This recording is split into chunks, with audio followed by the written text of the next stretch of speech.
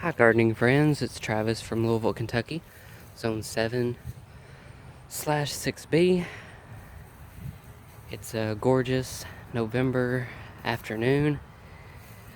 I gotta go to work this evening, but I've been busy here in the yard since this morning. So I thought I'd just do a short little video to say hi and tell you what I'm up to.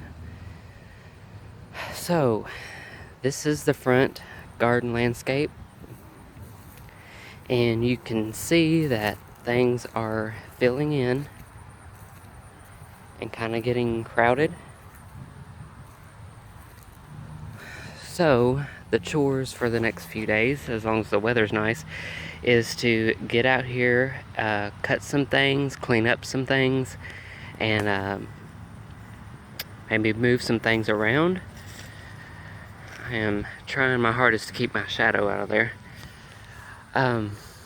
So as you might notice, the blue Victoria Salvia, I did not pull that out this year. I just cut it back because in my zone, it's a 50-50, chance that it will come back. Quite a bit of it comes back in my zone. The blue Victoria Salvia is mostly, for the most part, an annual, but in my climate, and since we have had mild winters, I guess, it actually comes back. So I thought it would be worth the shot to, instead of pulling those out, leave them in and see what comes back. So that was the blue that was here in the border. The second thing I did was, if you remember earlier this season, I added the lamb's ear.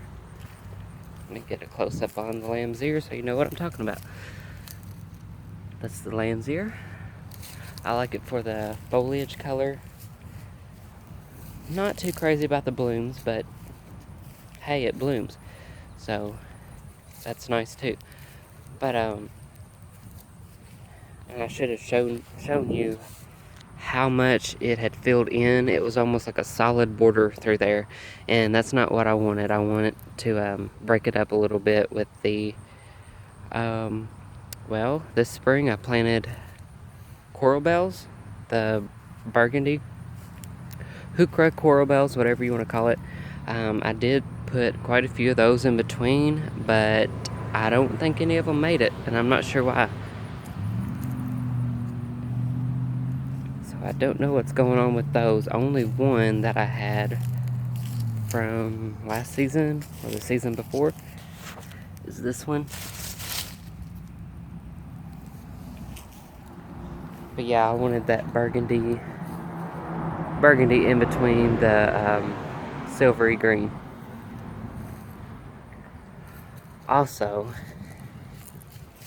the catmint, there's my shadow. The catmint was huge. I mean, it was like out here. So completely taken over the Barberry and the annuals I had in the border. So I think what I'm going to have to do next spring, is I am going to widen this, since everything has gotten bigger and fuller. I mean, look how big those spireas have gotten.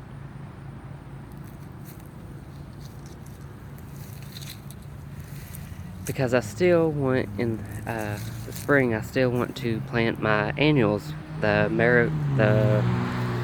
red orange marigolds and the blue Victoria Salvia.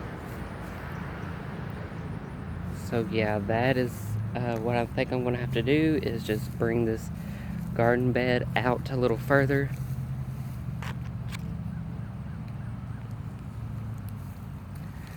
Also, I transplanted this, probably hard to see, it's so sunny out today, so I apologize, but this is a barberry.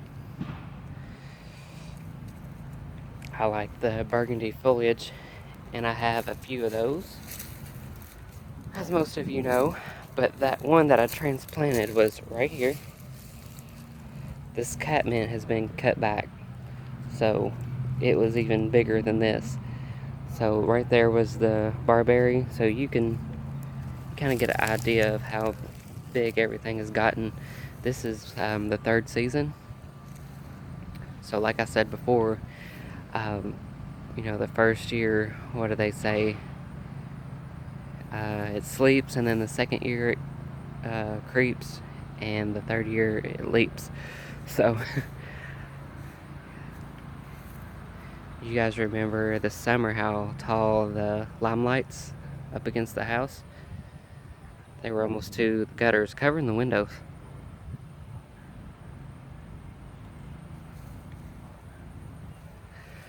So yeah, guys, that's what I've been doing.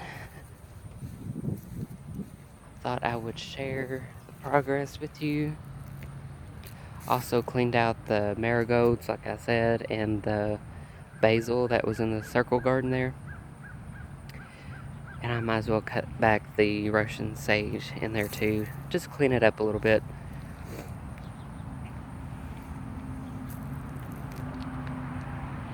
There's Edgar Allan, who's a little high right now on Catmint.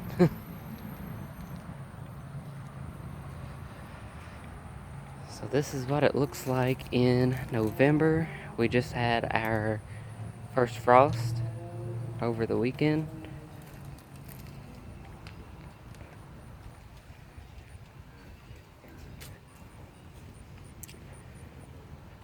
I received my daffodils in the mail a couple days ago. So I gotta get those planted today. Here they are, and these are the white ones with the like pinkish coral center. So those should be really pretty this spring. So here I am again, mowing and chopping up these leaves. And I will be putting them on the garden beds, the flower beds. One, they break down and create nutrients for your soil. It's probably the best thing you can do. And second, they add a layer of protection for your perennials through the winter. You know, to keep them safe from freezing and thawing. So if you're a gardener and you're cleaning up the leaves, don't set them to the side of the road or at the end of your driveway. Use them on your garden beds.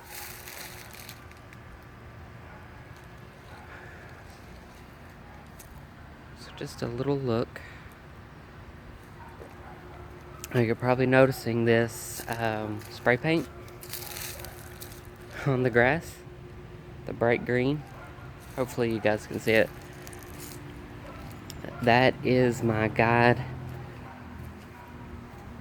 for next season to, I'm going to be widening, if I could talk today that would be great, wouldn't it? Widening this garden bed.